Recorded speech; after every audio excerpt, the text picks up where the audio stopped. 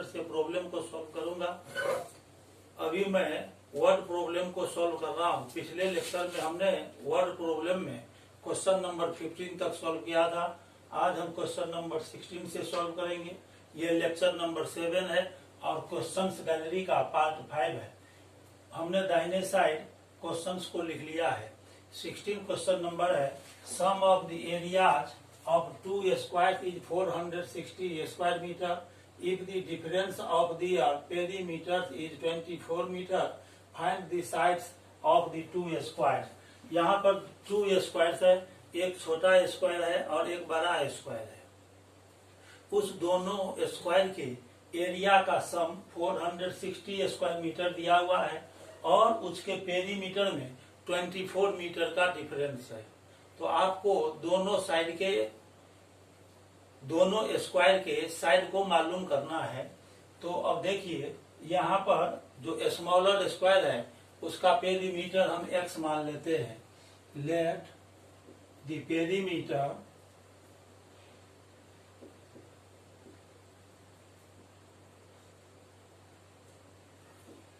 Of the smaller square is equal to x metre. ये हमने perimeter मान लिया है। शॉर्टर जो स्क्वायर है, जो छोटा स्क्वायर है, स्मॉलर स्क्वायर है, उसका। अब बड़ा स्क्वायर और छोटा स्क्वायर दोनों के पेरीमीटर में 24 मीटर का डिफरेंस है। इसका मतलब हुआ कि जो बड़ा स्क्वायर है उसका पेरीमीटर छोटे स्क्वायर के पेरीमीटर से 24 मीटर ज्यादा है। तो यदि हम निकालेंगे perimeter according to question, perimeter of the bigger square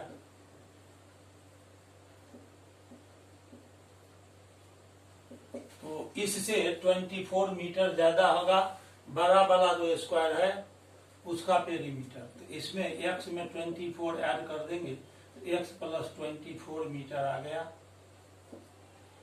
अब देखिए, आप जानते हैं कि स्क्वायर का साइड निकालने के लिए फॉर्मूला होता है पेरीमीटर बाय 4। जब पेरीमीटर स्क्वायर का दिया हुआ रहता है उसका हर एक साइड निकालते हैं तो पेरीमीटर को 4 से डिवाइड करते हैं। तो यहाँ पर ये हम साइड निकालेंगे स्मॉलर स्क्वायर का। each side of the smaller square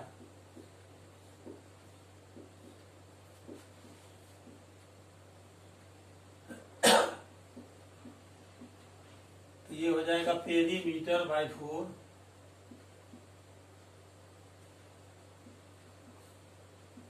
perimeter हमने स्मॉलर का x माना है, x बाय 4 मीटर हो जाएगा। और यहाँ पर पेरीमीटर निकल गया है बिगर स्क्वायर का x प्लस 24। इसको भी 4 से डिवाइड करेंगे तो हमको बिगर स्क्वायर का ईच साइड निकल जाएगा। Each side of the bigger square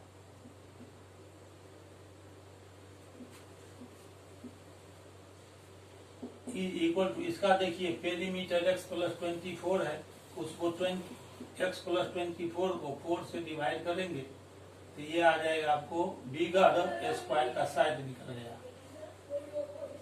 अब अगेन अकॉर्डिंग टू क्वेश्चन दोनों स्क्वायर के एरिया का सम 468 स्क्वायर मीटर दिया हुआ है। अगेन अकॉर्डिंग टू क्वेश्चन, फिर क्वेश्चन के अनुसार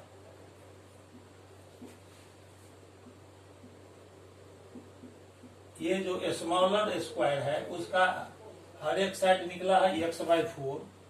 x बाय 4 मीटर का होल स्क्वायर कर देंगे प्लस, और जो बड़ा स्क्वायर है उसका ईच साइड निकला है x प्लस 24 बाय 4, इसका स्क्वायर कर देंगे तो ये दोनों मिलाकर दिया हुआ है 468।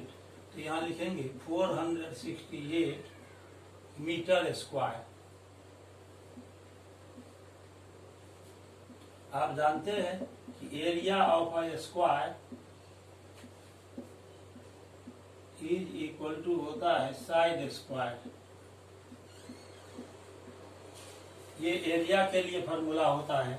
अब यहाँ से देखिए x/4 का स्क्वायर करेंगे तो x²/16 आ जाएगा स्क्वायर मीटर, और प्लस यहाँ से x+24 न्यूमरेटर में पहले न्यूमरेटर का स्क्वायर होगा x+24 का स्क्वायर और डिवाइडेड बाय 4 का square 16 metre square is equal to 468 metre square. अब यहाँ पर एक बात आप देखिए कि मीटर स्क्वायर दोनों तरफ आए, यहाँ भी मीटर स्क्वायर है, यहाँ भी मीटर स्क्वायर है, यहाँ भी मीटर स्क्वायर है, तो मीटर स्क्वायर को दोनों तरफ से हम कैंसिल कर सकते हैं। x²/16 plus x+24 whole square divided by 16 is equal to 468। अब देखिए यहाँ 16 का एलसीएम 16 होगा, तो 16 में 16 से डिवाइड करेंगे 1 आएगा, 1 से x² में मल्टीप्लाई करेंगे x², फिर 16 को 16 से डिवाइड करेंगे दोबारा 1 आया, उस 1 से x+24 का होल स्क्वायर है उसमें इंटू करेंगे तो हो जाएगा x+24 का whole square is equal to 468। अब ये x² हो गया, अब प्लस इसको a+b होल स्क्वायर पर ब्रेक करेंगे तो a+b होल स्क्वायर का फॉर्मूला आप जानते हैं a² प्लस 2ab+b² होता है। इस पर x+24 के होल स्क्वायर को सॉल्व करेंगे तो हो जाएगा x² प्लस 48x और प्लस 24 का स्क्वायर होता है 576 divided by 16 is equal to हो गया 468। x² में x² से ऐड करेंगे तो 2x² plus 48x plus 576 divided by 16 is equal to 468। ये इतना हो गया। अब इसके बाद देखिए ये जो न्यूमरेटर है इसमें 1 2 3 टर्म है, इस दोनों से हम 2 को कॉमन ले सकते हैं। आइए इस दोनों से 2 को हम कॉमन ले लेंगे न्यूमरेटर से, तो 2 कॉमन लेने पर फिर ये 16 कट सकता है, इसीलिए हम हर एक टर्म से 2 को कॉमन ले लेंगे।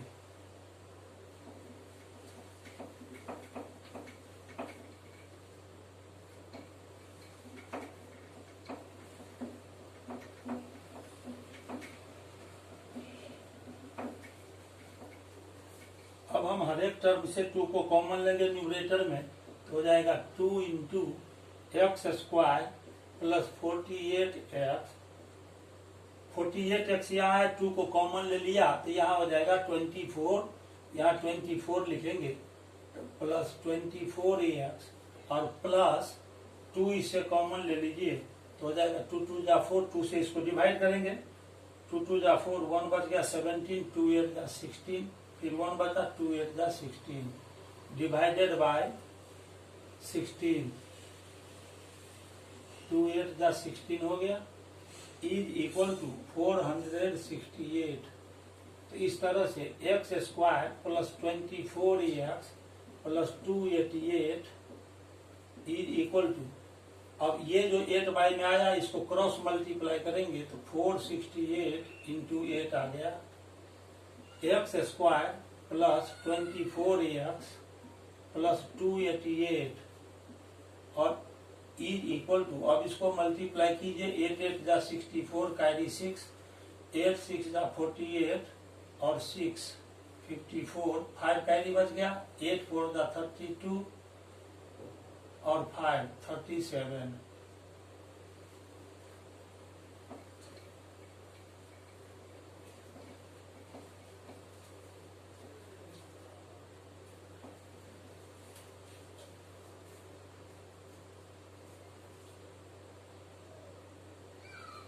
यहाँ इसको मल्टीप्लाई करने पर 3744 आया। अब x² प्लस 24x प्लस 288 और इसको हम लेफ्ट साइड शिफ्ट कर लेंगे तो 3744 इज इक्वल टू 0। अब हम क्वाड्रेटिक इक्वेशन फॉर्म कर रहे हैं वेरिएबल एक्स में। आप देखिए वेरिएबल एक्स में क्वाड्रेटिक इक्वेशन फॉर्म कर रहे हैं एक्स स्क्वायर प्लस 24 और यहाँ प्लस 288 है और माइनस 3744 है। इसमें से इसको माइनस करिए, निगेटिव में बचेगा वैल्यू 3744, इसमें से 288 माइनस करेंगे 14 माइनस 8 6, ये 3 बच गया, 13 माइनस 8 5, ये बच गया 6 माइनस 2 4 और यहाँ बच गया 3 3 4 5 6 इज इक्वल टू 0। यहाँ पर अब ये जो क्वाड्रेटिक इक्वेशन आया इसको हम फैक्टराइज करेंगे लेफ्ट साइड को। ये जो क्वाड्रेटिक इक्वेशन आया है इसके लेफ्ट साइड को हम फैक्टराइज कर लेते हैं। आइए अब इसको फैक्टराइज करते हैं।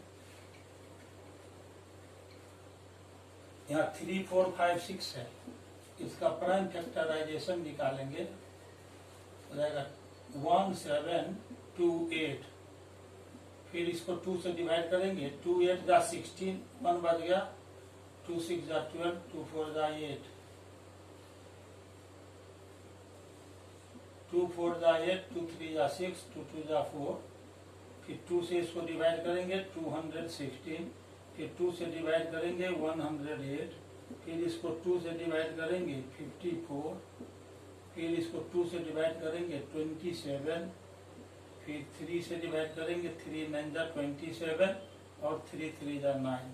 ये जो हमने प्राइम फैक्टराइजेशन निकाला, यहाँ पर देखिए माइनस साइन है और highest power term x square positive है, तो दोनों जगह डिफरेंट साइन है।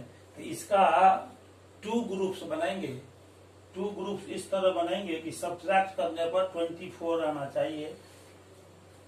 अब देखिए 2 2 जा 4, 2 जा 8, 2 जा 16, 2 जा 32 आ गया, ये 32 आया, 3 3 जा 9, 3 जा 27, 2 जा 54, ये 54 हुआ, और 2 2 जा 4, 2 जा 8, 2 जा 16, 2 जा 24, 2 जा 48 हो गया, 2 2 जा 4, 2 जा 8, 2 जा 16, 2 जा 32, 32, 2 जा कितना हो गया 64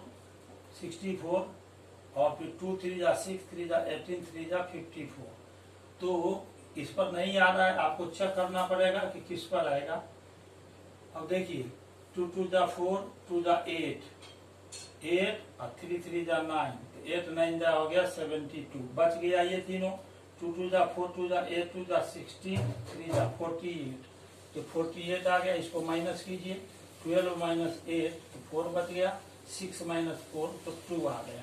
तो इसका हम 2 ग्रुप बनाए, ये जो 2 है किससे किससे ग्रुप बनाए, अब ध्यान से देखिए, ये 2 2 2, फिर ये 3 और ये 3 ले लिया, इसको मल्टीप्लाई कर देंगे, 2 2 जा 4, 2 जा 8, 8 3 जा 24 और 24 3 जा 72, और ये जो 2 बच गया यहाँ पर 4 टाइम्स और 3, इसका एक ग्रुप बनाए, तो 2 2 जा 4, 2 जा 8, 2 जा 16, 3 जा 48, 72 में से 48 माइनस करेंगे तो यहाँ देखिए यहाँ 24 बच रहा है।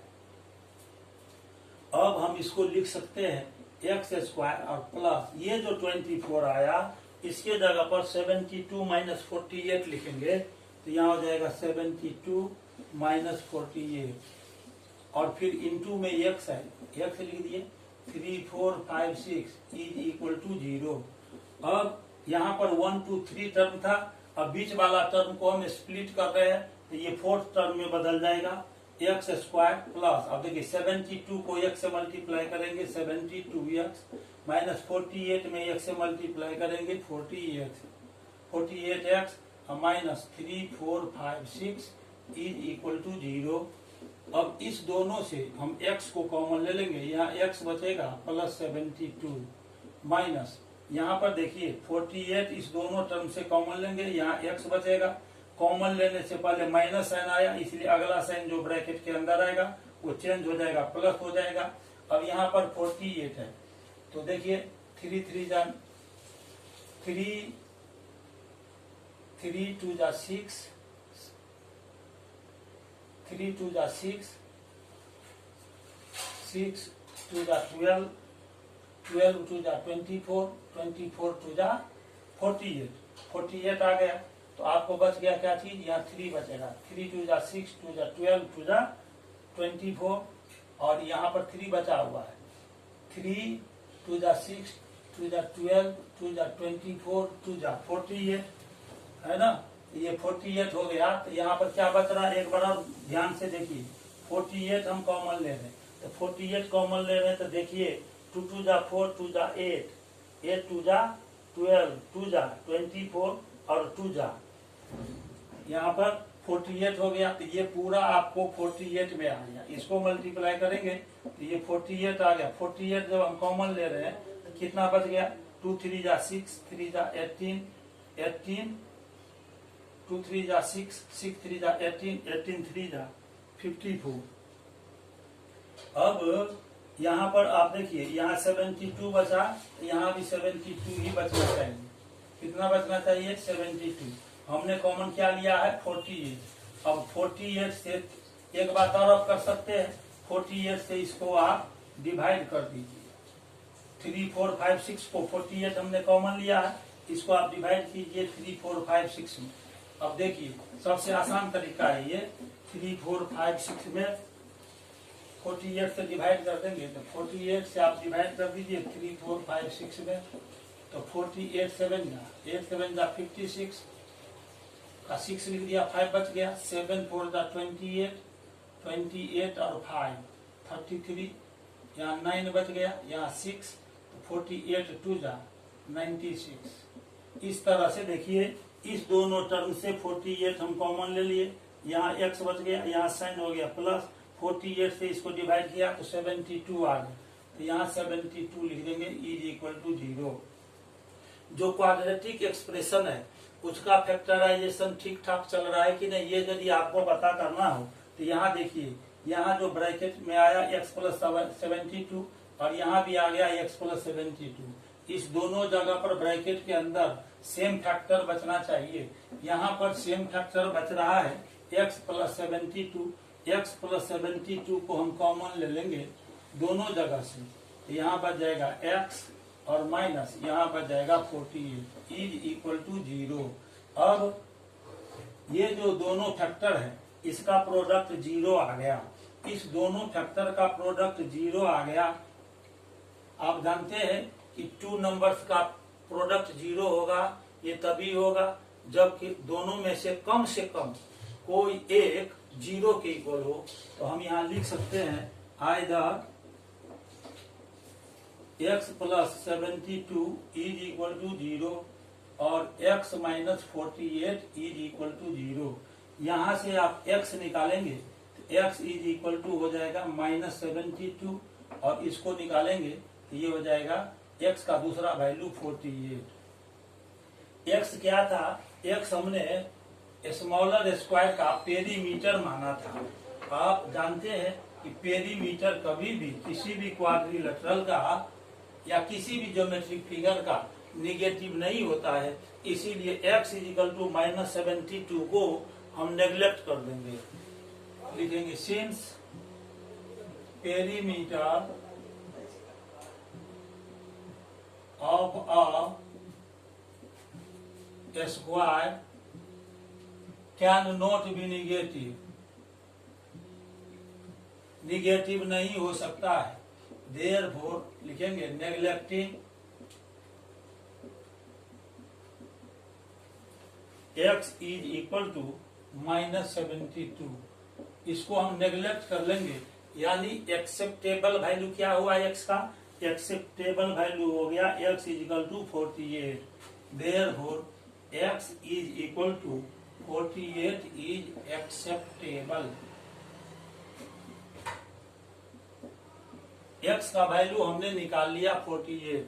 आपको क्या करना था, दोनों स्क्वायर का, स्मॉलर स्क्वायर का और जो लार्जर स्क्वायर था बिगर स्क्वायर, उस दोनों का साइड निकालना है। क्वेश्चन में दिया हुआ है कि साइड निकालना है 2 स्क्वायर का। तो अभी हमने जब बनाना शुरू किया था तो शुरुआती स्टेज में आपने देखा था, हमने लिखा था कि each side of the smaller square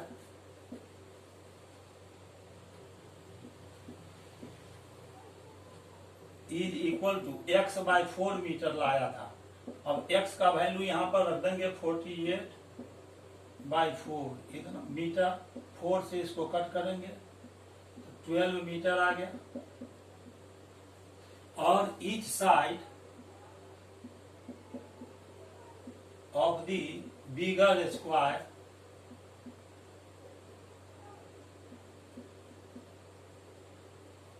is equal to, हमने निकाला था x प्लस 24 बाई 4 मीटर।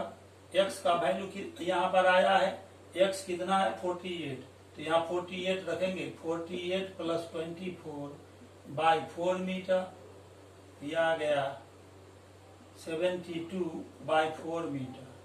तो 4 से इसको कट कर दीजिए, 18 आ जाएगा, तो ये 18 मीटर आ गया। इस तरह से हमने स्मॉलर स्क्वायर और बिगर स्क्वायर का साइड निकाल लिया है। स्मॉलर स्क्वायर का साइड हुआ 12 मीटर और बिगर स्क्वायर का साइड हुआ 18 मीटर। देयरफॉर 12 मीटर और 18 मीटर ये आंसर हो गया। अभी हमने क्वेश्चन नंबर 16 को सॉल्व कर लिया है। ये जो क्वेश्चन नंबर 16 था इसको हमने सॉल्व किया है। अब आइए देखिए क्वेश्चन नंबर 17 को हम कैसे सॉल्व करते हैं। और क्वेश्चन नंबर 17 को हम सॉल्व करेंगे। क्वेश्चन नंबर 17 को आप तब तक बोर्ड पर पढ़िए। क्वेश्चन नंबर 17 क्या है, यहाँ पर हमने राइट साइड क्वेश्चन को लिखा है, उसको आपको पढ़ना है और पहले क्वेश्चन को बढ़िया ढंग से समझिए, उसके बाद में इसे हम सॉल्व करते हैं और उस सॉल्यूशन को आप गौर से देखिए।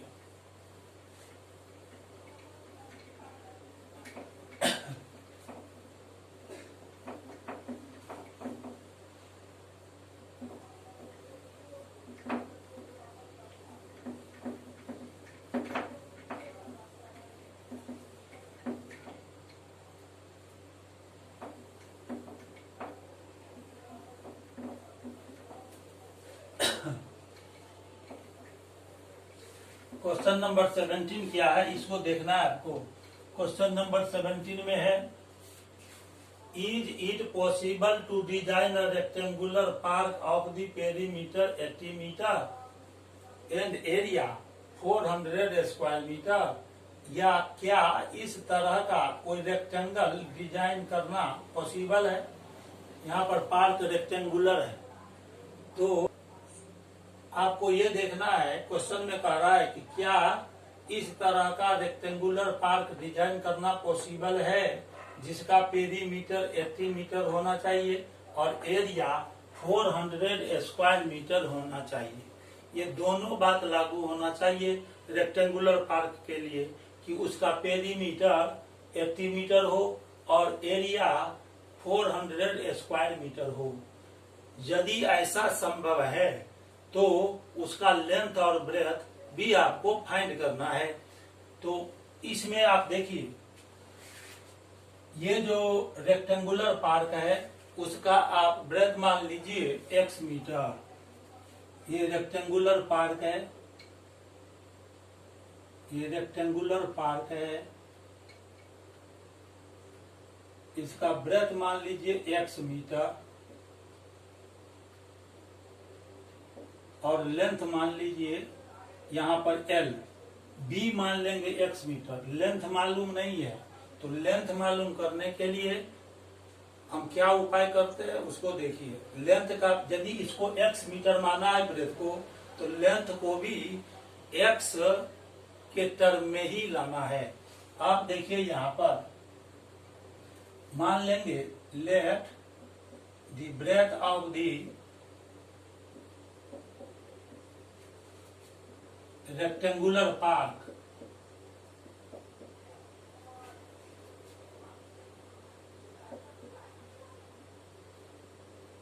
इज इक्वल टू, ब्रेथ को आप क्या मानते हैं बी से मानते हैं, बी से डिनोट किया जाता है, इसको मान लेंगे एक्स मीटर। एक्स मीटर मान लिया ब्रेथ को। यहाँ पर देखिए फिगर में इसका पेरीमीटर दिया हुआ है। पेरीमीटर है रेक्टेंगुलर पार्क का 80 मीटर। तो perimeter of the rectangular park का पेरीमीटर दिया हुआ है 80 मीटर। और पेरीमीटर का फॉर्मूला जानते हैं 2 इंटू एल प्लस बी होता है रेक्टेंगल के लिए। तो चूंकि पार्क भी रेक्टेंगुलर है यानी रेक्टेंगल शेप का है, इसीलिए इसके लिए भी पेरीमीटर होगा 2 इंटू एल प्लस बी। तो पेरीमीटर के जगह पर लिखेंगे 2 इंटू एल प्लस बी। ये पेरीमीटर के लिए फॉर्मूला होता है। यह आ गया 80 मीटर। अब एल प्लस बी निकालेंगे तो ये 2 इधर मल्टीप्लाई में राइट साइड आएगा तो बाई हो जाएगा 80/2 मीटर। यहाँ से इसको कट कर देंगे, आ जाएगा 40 मीटर। तो L plus B is equal to 40 metre. इसीलिए हम एल निकालेंगे तो ये हो जाएगा 40 मीटर माइनस बी, तो 40 मीटर। और ब्रेथ को हमने कितना माना है, x मीटर माना है। यहाँ देखिए ब्रेथ को x मीटर माना है तो माइनस हो जाएगा x मीटर। इसको लिख सकते हैं 40 माइनस x मीटर। ये लेंथ निकल गया 40 माइनस x मीटर। और एरिया दिया हुआ है इसका रेक्टेंगुलर पार्क का 400 square metre. Area of the rectangular park, ये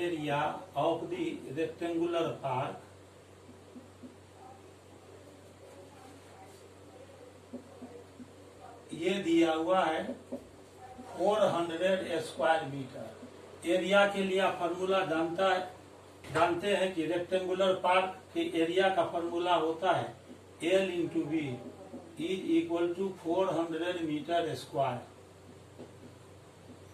अब L इंटू बी है, यहाँ लेंथ हमने निकाल लिया है। यहाँ पर लेंथ निकल गया 40 माइनस एक्स, तो यहाँ रखेंगे 40 माइनस एक्स पुट कर देंगे L के जगह पर। और B को हमने x मीटर माना है तो इंटू हो जाएगा x। ये एरिया मीटर स्क्वायर में निकलेगा is equal to 400 metre square. अब ये मीटर स्क्वायर सेम यूनिट है दोनों तरफ, तो दोनों तरफ जब सेम यूनिट आता है तो उसको हम वहां से कैंसिल कर सकते हैं। तो ये हो जाएगा 40 minus x into x is equal to 400। अब इसको मल्टीप्लाई कर लेंगे 40 इंटू एक्स, ये हो जाएगा 40 एक्स इंटू एक्स, ये हो गया x square is equal to 400। अब हम क्या करेंगे, ये जो माइनस एक्स स्क्वायर है इसको आप पॉजिटिव बनाइए। हाईएस्ट पावर टर्म को पॉजिटिव बनाकर रखा जाता है। यहाँ माइनस एक्स स्क्वायर है, इसको हम शिफ्ट कर देंगे राइट साइड, तो लेफ्ट से राइट शिफ्ट करेंगे तो पॉजिटिव हो जाएगा।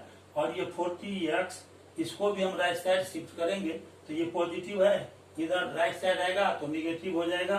तो दोनों टर्म को हम राइट साइड शिफ्ट करेंगे तो लेफ्ट साइड 0 बच जाएगा।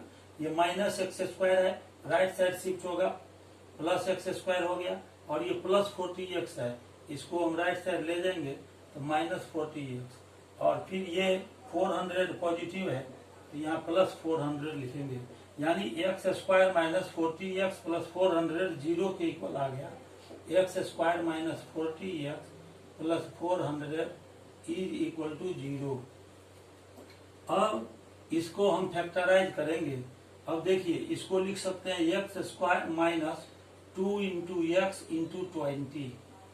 ये हमने लिख लिया तो एक्स स्क्वायर हो गया, 22 जा 40x होता है, अब प्लस 400 को लिख सकते हैं 20 का square is equal to 0।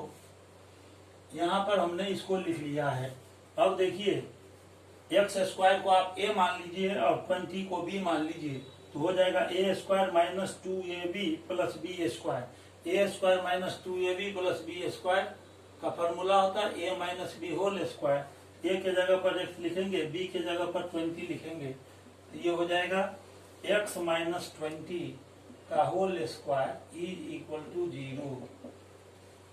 Therefore x minus 20 is equal to square, यहाँ से हटेगा तो रूट आएगा 0 का, तो 0 का रूट 0 ही होता है, फिर 0 लिख देंगे। तो x का वैल्यू आ गया 20। x का एक ही वैल्यू आया, इसका मतलब ये हुआ कि इस क्वाड्रेटिक इक्वेशन का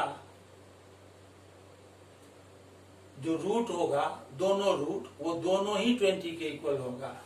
तो इस तरह से ब्रेथ हमने x मीटर मान लिया है।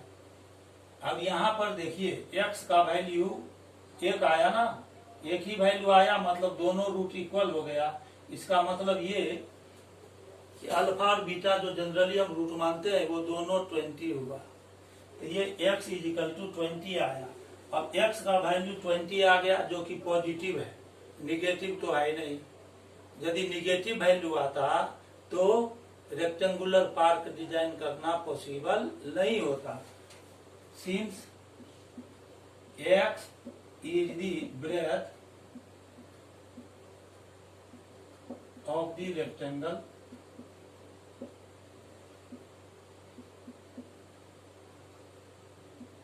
which is positive integer, ये पॉजिटिव इंटीजर हो गया। Therefore it is possible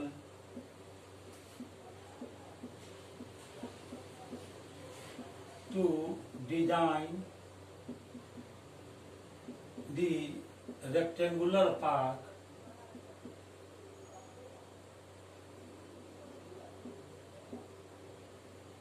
under given conditions.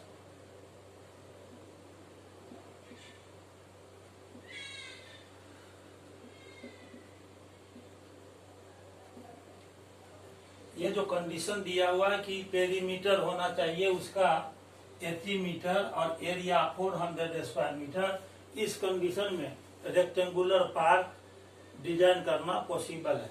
इसका और एक तरीका है कि रेक्टेंगुलर पार्क डिजाइन करना पॉसिबल है कि नहीं है। तो यहाँ पर देखिए, यहाँ पर जो हमने क्वाड्रेटिक इक्वेशन लाया है, तो यहाँ पर d निकाल देंगे। d यदि यहाँ से आप निकालते हैं तो d इज इक्वल टू होता है बी स्क्वायर माइनस 4ac, जिसको कि डिस्क्रिमिनांट कहते हैं। डिस्क्रिमिनांट यदि रियल नंबर हो तो रियल नंबर कैसा रियल नंबर, जो कि 0 से बड़ा हो या 0 के इक्वल हो, तो रेक्टेंगुलर पार्क डिजाइन करना पॉसिबल होगा। क्योंकि यदि क्वाड्रेटिक इक्वेशन के लिए x का वैल्यू रियल होता है तो रेक्टेंगुलर पार्क को हम डिजाइन कर सकते हैं। यदि डिस्क्रिमिनेंट लेस देन 0 हो जाए तो x का कोई रियल वैल्यू होगा ही नहीं, इसीलिए पार्क को डिजाइन करना पॉसिबल नहीं होगा। क्योंकि x लेस देन 0 होने पर जो रूट्स होगा, यानी x का जो वैल्यू होगा वह रियल नंबर नहीं होगा। और दूसरे तरह से ऐसे भी लिख सकते हैं कि x जो है ना वो पॉजिटिव इंटीजर है, निगेटिव है नहीं, इसीलिए इसको डिजाइन कर सकते हैं। यहाँ जो हमने x square minus 40x plus 400 लिखे हैं, तो यहाँ पर आप ये भी दिखा सकते हैं कि here d is equal to B square minus 4ac होता है, तो b के जगह पर माइनस 40 है, तो माइनस 40 का स्क्वायर माइनस 4 इंटू ए हो गया 1 और c हो गया 400। तो यहाँ पर 4 इंटू 1 इंटू 400 हम लिख सकते हैं। तो d इज इक्वल टू हो जाएगा 1600 minus 1600 is equal to 0। Therefore roots are real and equal. Real और इक्वल होता है जब डिस्क्रिमिनेंट का वैल्यू 0 होता है तो रूट्स रियल और इक्वल होता है। तो चूंकि रूट 0 नहीं होगा, यहाँ पर d रूट 0 नहीं होगा, ये बात आप ध्यान रखिए, d 0 होगा। रूट्स का वैल्यू 0 नहीं है, d का वैल्यू 0 है, डिस्क्रिमिनांट 0 है। डिस्क्रिमिनांट 0 होता है तो रूट्स रियल होता है और इक्वल होता है। जैसे कि यहाँ पर आप देख सकते हैं x का वैल्यू 20 निकाला, एक सिंगल वैल्यू आया, इसका मतलब दोनों ही रूट 20 के इक्वल होगा। ये पॉजिटिव इंटीजर है, इसीलिए गिवन कंडीशंस में रेक्टेंगुलर पार्क डिजाइन करना पॉसिबल है। Now length is equal to यहाँ पर हमने निकाला है, देखिए length is equal to 40 minus x metre है, 40 माइनस एक्स मीटर है, तो 40 और माइनस एक्स का वैल्यू 20 आया, तो 20 यहाँ पर पुट कर देंगे, तो ये आ जाएगा 20 मीटर। और ब्रेथ निकालेंगे तो ब्रेथ को हमने कितना माना था, x मीटर माना था, तो x मीटर, तो x आ गया फिर 20, तो 20 मीटर। देयरफॉर लेंथ और ब्रेथ दोनों जो है ना वो 20 मीटर के इक्वल आया, ये आंसर हो गया। इस प्रकार से अभी हमने आपको बताया कि रेक्टेंगुलर पार्क को डिजाइन करना पॉसिबल है जिसका लेंथ और ब्रेथ दोनों ही 20 मीटर होगा। अब आप ये जो गिवन कंडीशन है कि पेरीमीटर होना चाहिए 80 मीटर, तो पेरीमीटर होता है लेंथ और ब्रेथ के सम का ट्वाइस होता है, 2 इंटू एल प्लस बी होता है। तो 20 में 20 को ऐड कीजिए 40, और 40 में 2 से इंटू करेंगे तो 80 मीटर आ जाएगा इसका पेरीमीटर। और यदि एरिया निकालेंगे तो एल इंटू बी होता है, 20 में 20 से इंटू कीजिए तो 400 स्क्वायर मीटर इसका एरिया भी आ जाएगा। तो इस प्रकार से पेरीमीटर 80 मीटर हो जाएगा और एरिया 400 स्क्वायर मीटर हो जाएगा। तो ये जो आंसर है वो गिवन कंडीशन को सेटिस्फाई कर रहा है। अब क्वेश्चन नंबर 17 को सॉल्व करने के बाद अब हम क्वेश्चन नंबर 18 को सॉल्व करेंगे। आइए क्वेश्चन नंबर 18 को सॉल्व करते हैं। क्वेश्चन नंबर 18 को हमने बोर्ड पर लिख दिया है। इस क्वेश्चन नंबर 18 को आप गौर से पढ़िए, ये क्वेश्चन क्या दिया हुआ है और उसे समझने का कोशिश कीजिए।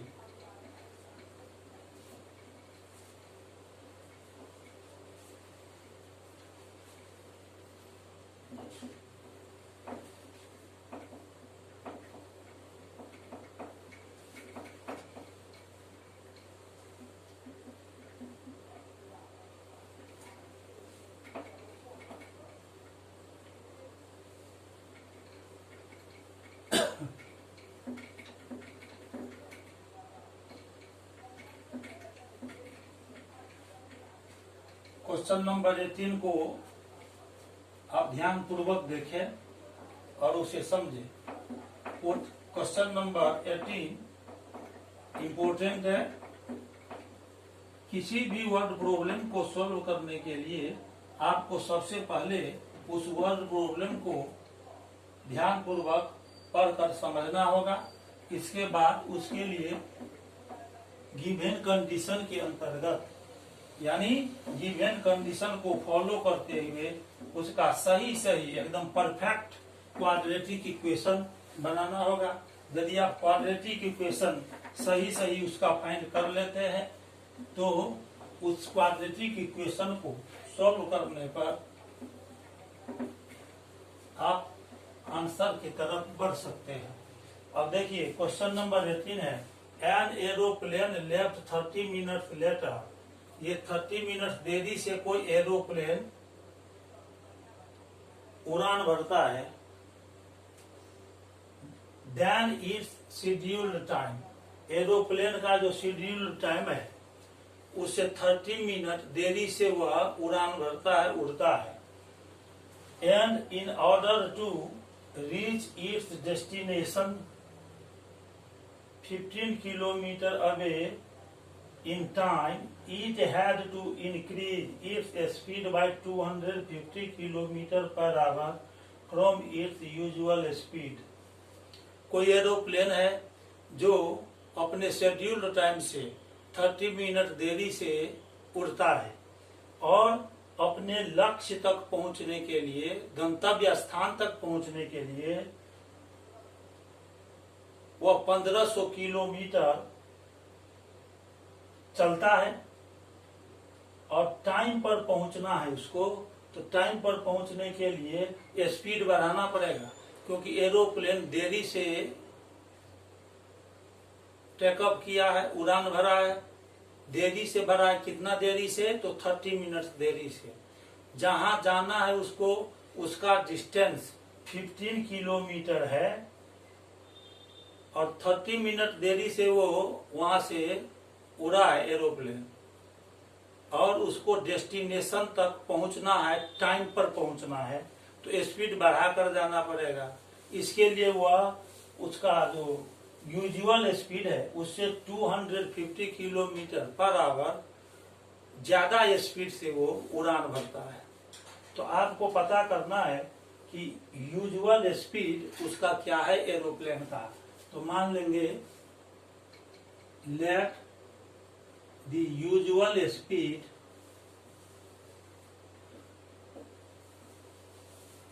Of the aeroplane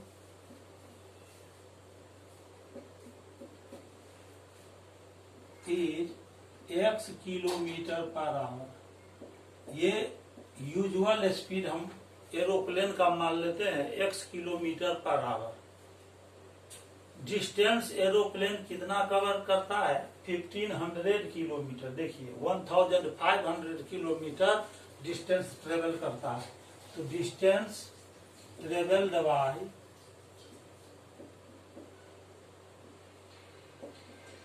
the aeroplane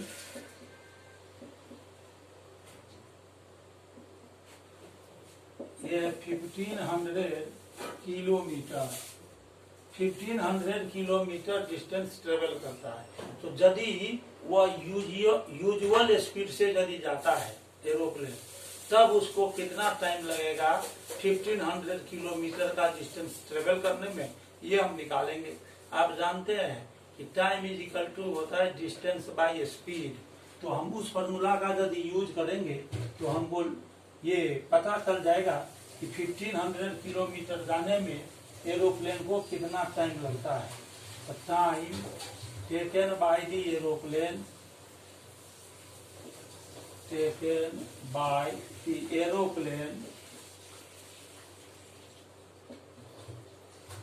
to cover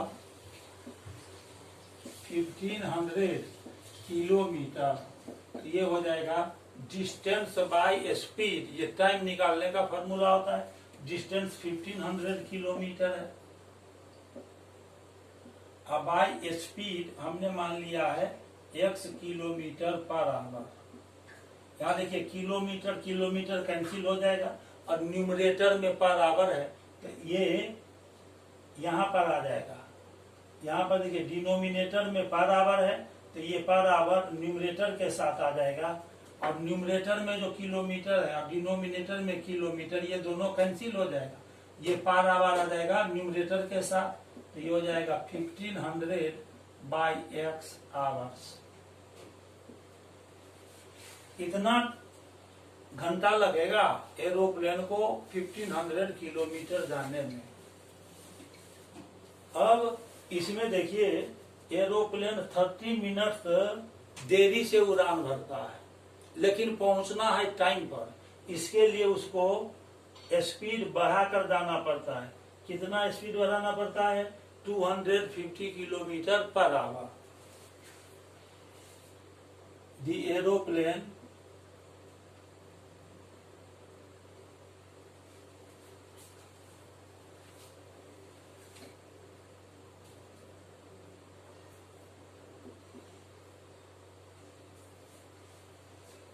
left 30 minutes later than its scheduled time.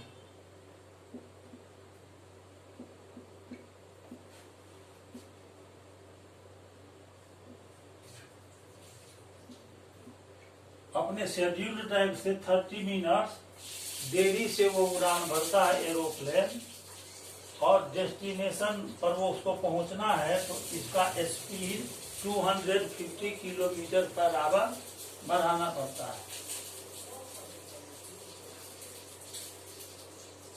In this case, इस केस में स्पीड ऑफ द एरोप्लेन कितना हो जाएगा? Speed of the aeroplane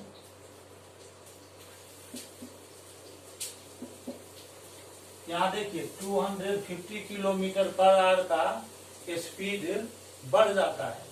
250 kilometre per hour से स्पीड को बढ़ाना पड़ता है। तो पहले स्पीड था x किलोमीटर पर आवर, अब उसको इंक्रीज कर देगा। स्पीड को इंक्रीज करता है 250 kilometre per hour, x plus 250 kilometre per hour, ये हो गया।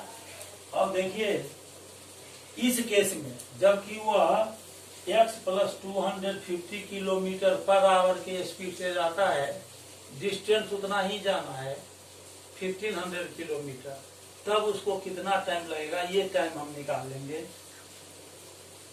टाइम टेकन बाय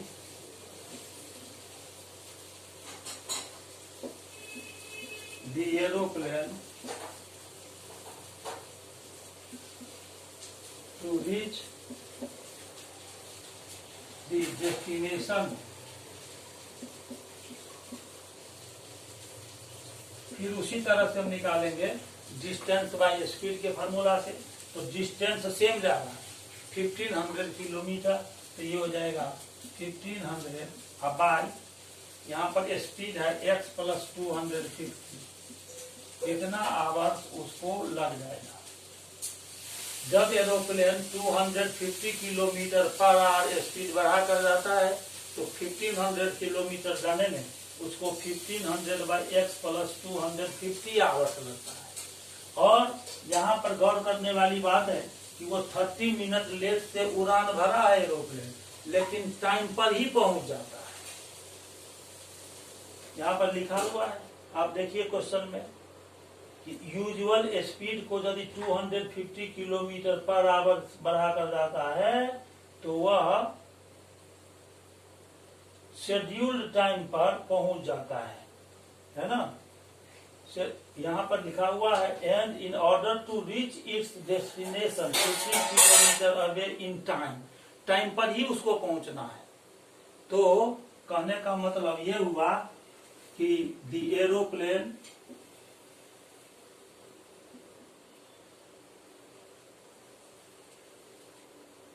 यहाँ पर जो ये एरोप्लेन है वह पहुंचता है टाइम पर, रीचेज इट्स डेस्टिनेशन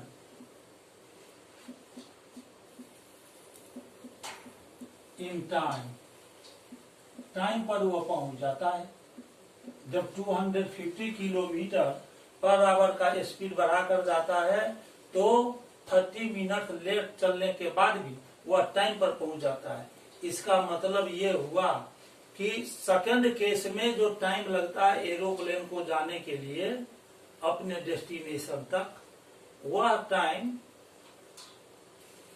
पहले वाले टाइम से 30 मिनट्स कम है, क्योंकि जितना लेट से चला है एरोप्लेन उतना कम टाइम लगेगा सेकंड केस में उसको डेस्टिनेशन तक पहुंचने में, तभी वह अपने टाइम पर पहुंच सकता है, जो निर्धारित टाइम है उस टाइम पर।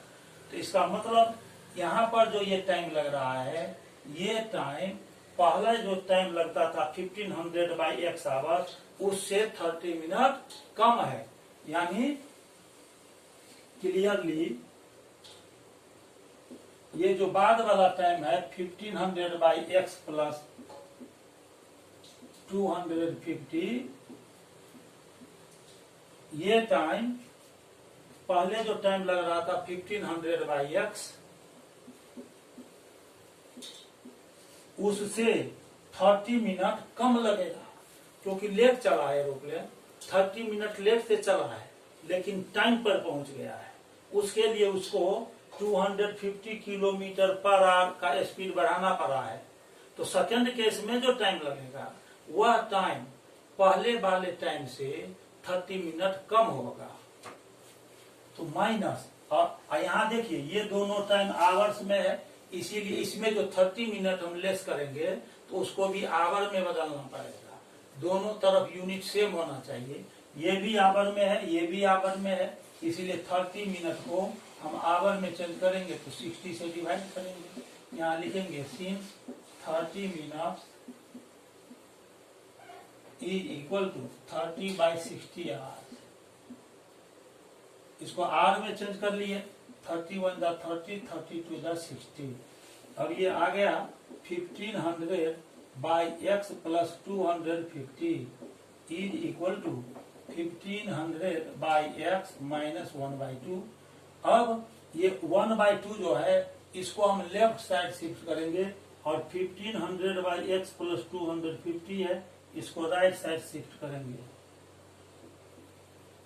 तो हो जाएगा ये 1/2 को आप लेफ्ट साइड लाइए तो 1/2 इज इक्वल टू 1500/x और यहाँ पॉजिटिव साइन है, इसको राइट साइड शिफ्ट करेंगे तो माइनस हो जाएगा 1500/x + 250। इसको हम लिख सकते हैं 1/2, ये 1500 कॉमन ले लेंगे तो यहाँ से बच गया 1/x और माइनस यहाँ से 1 बचेगा और x + 250। ये जो इक्वेशन है इसको हम सॉल्व करेंगे, इसको और सिंप्लीफाई करेंगे, क्वाड्रेटिक इक्वेशन के फॉर्म में लाएंगे। तो अब देखिए इसको क्वाड्रेटिक इक्वेशन के फॉर्म में हम ला रहे हैं।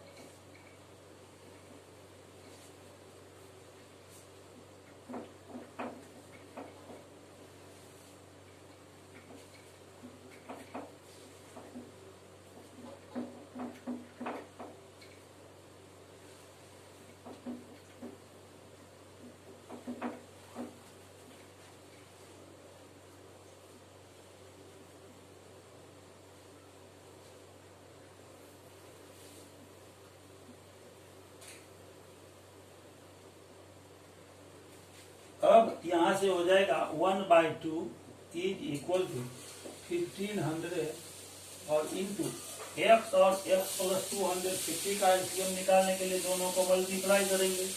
ये हो जाएगा x इंटू x + 250, ये एलसीएम हो गया। अब इस एलसीएम को हम x से डिवाइड करेंगे, x कैंसिल हो जाएगा, बचेगा x + 250।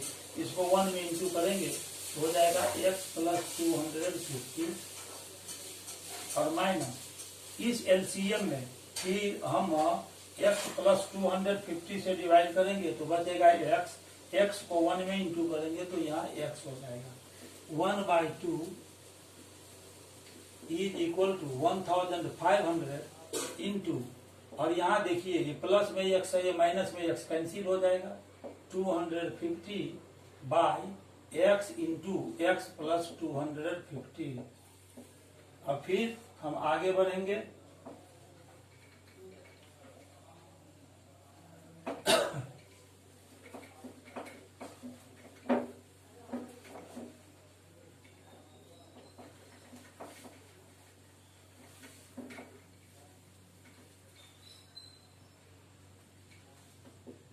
One by two is equal to, इस दोनों को मल्टीप्लाई कर लीजिए, 1230 हो जाएगा और 15 से 25 में मल्टीप्लाई करेंगे, 15 5 जा 75, कैरी 7, 15 2 जा 30 एंड 7 37 डिवाइडेड बाय, और इस x में x इंटू होगा x² प्लस 250x। अब क्रॉस मल्टीप्लाई कीजिए ऐसे तो 1/2 है यहाँ, तो 1 से x² प्लस 250 में मल्टीप्लाई होगा तो x² प्लस 250x, और इस 2 से इसमें मल्टीप्लाई करेंगे तो पहले 3 0 रख देंगे और 375 को 2 से इंटू करेंगे, 0 हो गया, 5 2 जा 10, कैरी 1, 37 2 जा 74, 1 75। अब ये 7 5 0 0 0 0 है आया, इसको लेफ्ट साइड हम शिफ्ट कर लेंगे, तो इसको लेफ्ट साइड शिफ्ट कीजिए तो हो जाएगा x² प्लस 250x और माइनस इसको लेफ्ट साइड शिफ्ट करेंगे 7 5 4 टाइम्स 0 है इस पर, ये 0 आ गया, अब इसका 2 फैक्टर निकालिए, यहाँ माइनस साइन है, यहाँ प्लस साइन है, तो सब्ट्रैक्ट करके 250 आना चाहिए। तो इसके लिए हम क्या करेंगे, ये जो 7 5 और 0 0 फिर 0 0 आया है, इसको हम लिख सकते हैं 750 इंटू 1000। यदि इस 1000 में ये जो 1000 है और ये 750 है, तो 1000 में माइनस कर देंगे 750, तो 250 बचेगा। ये 250 आ रहा है, तो इस 250 के जगह पर हम लिख सकते हैं 1000 minus 750 x square plus 1000 minus 750, इतना हम लिख सकते हैं 250 के जगह पर, और फिर इंटू में एक्स है minus 7 5 0 0 0 0 is equal to 0। X square plus 1000 में एक्स इंटू होगा, ये हो जाएगा 1000 x minus 750 into x, 750 x minus 75 पर 4 जीरो रखिए इज इक्वल टू 0। इस दोनों टर्म से x को कॉमन ले लेंगे तो बच जाएगा x प्लस 1000, और माइनस इस दोनों से 750 को कॉमन ले लीजिए तो यहाँ बच गया x, और प्लस अब ये 750 कॉमन ले लिए तो यहाँ से बच जाएगा 1000 is equal to 0। x plus 1000 दोनों टर्म में मौजूद है, तो x प्लस 1000 कॉमन फैक्टर के रूप में बाहर निकाल लेंगे यहाँ पर, तो यहाँ बचेगा x और माइनस 750 इज इक्वल टू 0। अब ये जो x प्लस 1000 है और x माइनस 750 है, इस दोनों फैक्टर का प्रोडक्ट 0 है, तो इसके लिए दोनों में से कोई एक 0 के इक्वल होगा। तो हम लिख सकते हैं either x plus 1000 is equal to 0 और x minus 750 is equal to 0। यहाँ से x का वैल्यू निकालेंगे तो माइनस 1000 आएगा, 1000 राइट साइड आएगा, 0 माइनस 1000 तो माइनस 1000 हो जाएगा। x is equal to minus 1000, और यहाँ से x का वैल्यू निकालेंगे तो 750 होगा। अब देखिए स्पीड, किसी भी मूविंग ऑब्जेक्ट का स्पीड निगेटिव नहीं हो सकता है। वेलोसिटी निगेटिव हो सकता है, आप फिजिक्स में पढ़े होंगे, स्पीड निगेटिव नहीं होता है। तो लिखेंगे since speed can not be negative,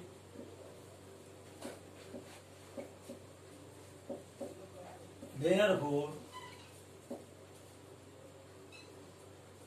neglecting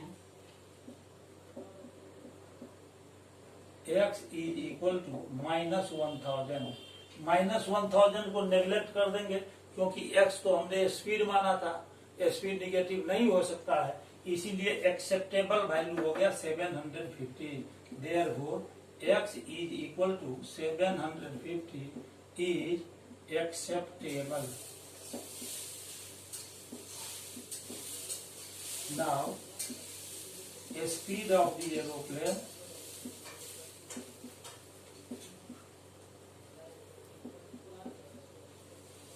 ये हमने माना था x kilometre per hour, x आया 750, तो यहाँ लिख सकते हैं 750 किलोमीटर पर आवर, ये आंसर हो गया। यानी स्पीड एरोप्लेन का 750 किलोमीटर पर आवर हुआ। ये यूजुअल स्पीड है ना, यहाँ पर आप लिख सकते हैं usual speed, usual speed of the aeroplane x kilometre per hour, मतलब 750 किलोमीटर पर आवर। अब हम क्वेश्चन नंबर 19 को सॉल्व करेंगे। Sum of the squares of two consecutive multiples of 7 is 637. Find the multiples. ये क्वेश्चन नंबर 19 है। तो आइए अब हम क्वेश्चन नंबर 19 को सॉल्व करेंगे।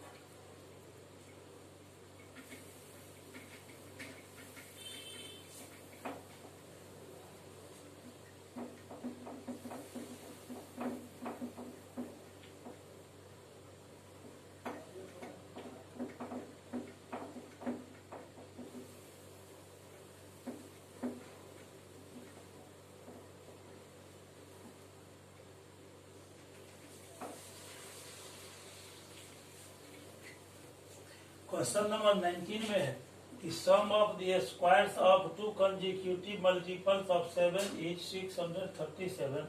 Find the numbers. 7 का 2 consecutive multiples है। consecutive मतलब लगातार। आप किसी भी नंबर का 2 consecutive multiples निकालना चाहते हैं तो पहला जो मल्टीपल है उसमें उस नंबर को ऐड कर दीजिए तो नेक्स्ट मल्टीपल उस नंबर का निकल जाता है। जैसे कि मान लीजिए बच्चे लोगों को हम टेबल देते हैं कि कोई भी टेबल देते हैं लिखने के लिए, जैसे 9 का टेबल लिखिए, 9 6 जा 54 लिख लिया, 9 7 जा 63, वो भूल गया तो उसको टेक्निक सिखाया जाता है कि 9 6 जा 54 लिखा है और 9 7 जा निकालना है तो उस 54 में 9 ऐड कर देंगे तो हो जाएगा 63, तो नेक्स्ट मल्टीपल हो गया 63। इसी तरह से जल्दी वो पिकअप पकड़े, जल्दी टेबल सीखे, उसके लिए ये उसको बताया जाता है कि आप जिस नंबर का टेबल लिख रहे हो और कहीं आप फर्दर स्टेप भूल गए हो अगला नंबर क्या होगा तो जिस नंबर का टेबल लिख लेते हैं वो उसमें पिछला मल्टीपल में ऐड कर देते हैं तो अगला नंबर आ जाता है, अगला मल्टीपल आ जाता है, ये आप जानते हैं।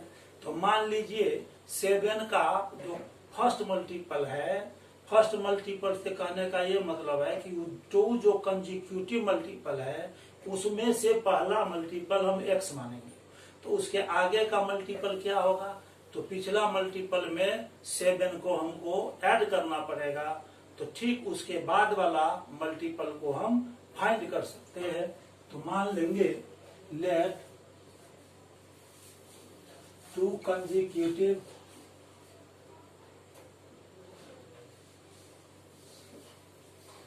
multiples of 7 are x।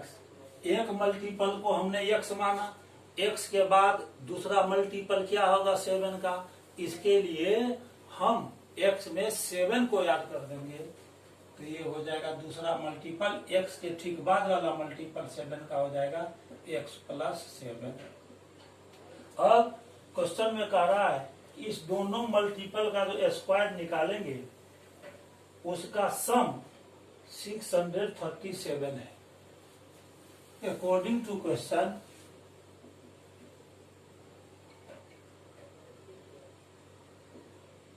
में कह रहा है कि ये जो दो कंसेक्यूटिव मल्टीपल्स हो गया 7 का, इसका स्क्वायर करके सम निकालेंगे तो पहले x का स्क्वायर कर लीजिए, फिर दूसरा मल्टीपल है x + 7, इसका स्क्वायर कर लीजिए, दोनों का सम निकालिए तो ये इज इक्वल टू हो जाता है 637। तो लिख सकते हैं 637। अब ये एक्स स्क्वायर और प्लस इसको a + b होल स्क्वायर पर ब्रेक करेंगे तो a² + 2ab + b स्क्वायर होता है, x² + 14x + 49 हो जाएगा, ये हो गया 637। x² + x² ये हो गया 2x² + 14x + 49 और 637 को हम लेफ्ट साइड शिफ्ट करेंगे 637 इज इक्वल टू 0।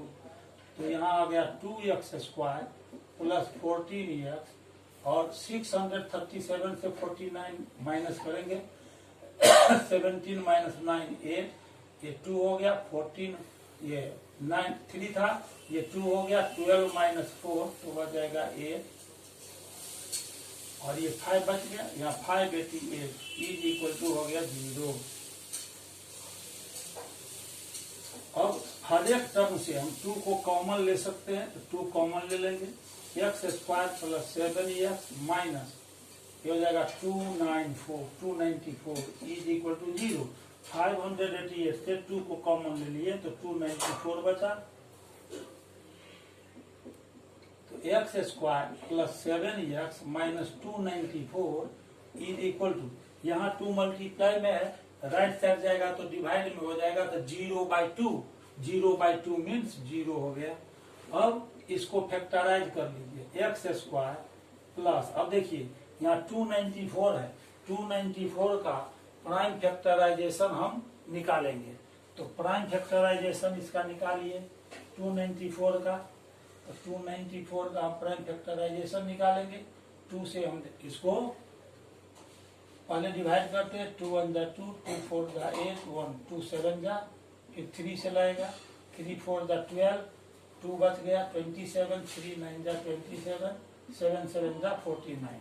तो यहाँ पर 2 3 7 7 आया, 2 ग्रुप बनाना है हमको, यहाँ पर निगेटिव साइन है, यहाँ पॉजिटिव साइन है, इसीलिए इसमें से जो 2 ग्रुप बनाएंगे उसमें से ऐसे आपको देखना है कि फर्स्ट में से सेकंड फैक्टर को माइनस करने पर 7 आना चाहिए।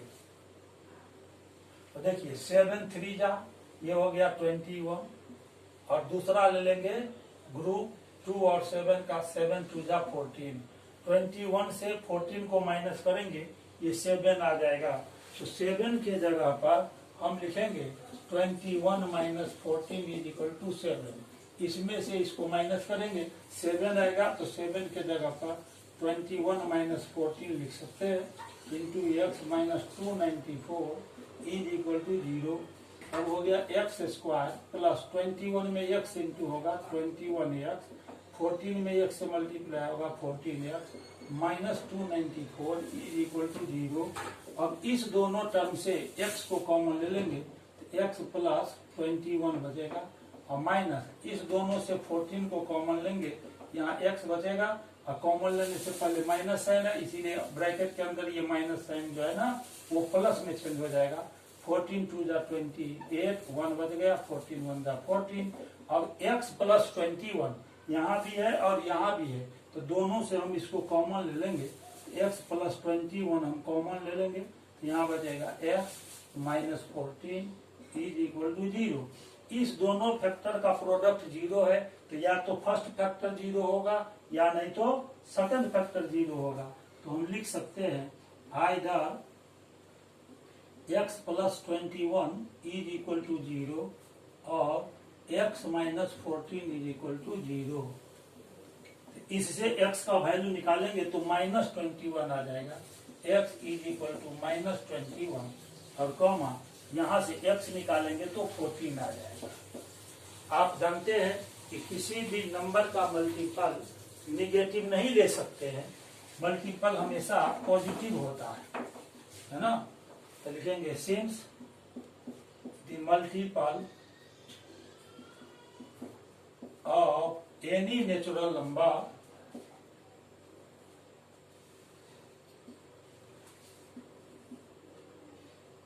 Can not be negative, can not be negative, negative नहीं हो सकता है, इसीलिए x is equal to minus 21 को नेग्लेक्ट कर लेंगे, neglecting x is equal to minus 21, therefore x is equal to 40 is acceptable. ये x is equal to 14 acceptable है। अब 7 का 2 कंजिक्यूटिव मल्टीपल्स हमने x और x प्लस 7 माना था, उसमें x का वैल्यू रख देंगे, दी 2 कंजिक्यूटिव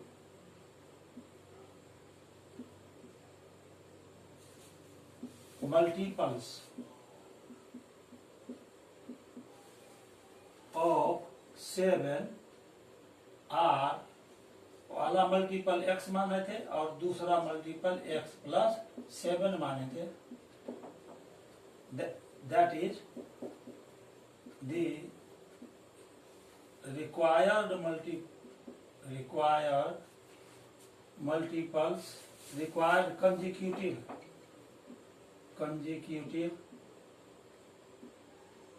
multiples of 7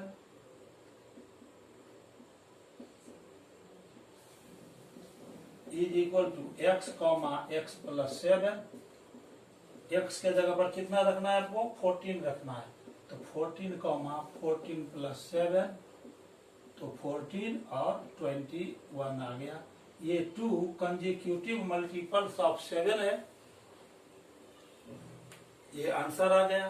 आज के लेक्चर में बस इतना ही। मुझे उम्मीद है कि आपको मेरा लेक्चर वीडियो अच्छा लगा है। आप इसे सब्सक्राइब कर लेंगे।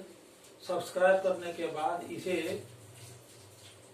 अपने दोस्तों में और रिलेशनशिप में भी शेयर कर देंगे, ताकि उनके घर में भी बच्चे हों जो क्लास 10th में हो, तो उन्हें भी मैथ सब्जेक्ट की तैयारी में मदद मिल सके।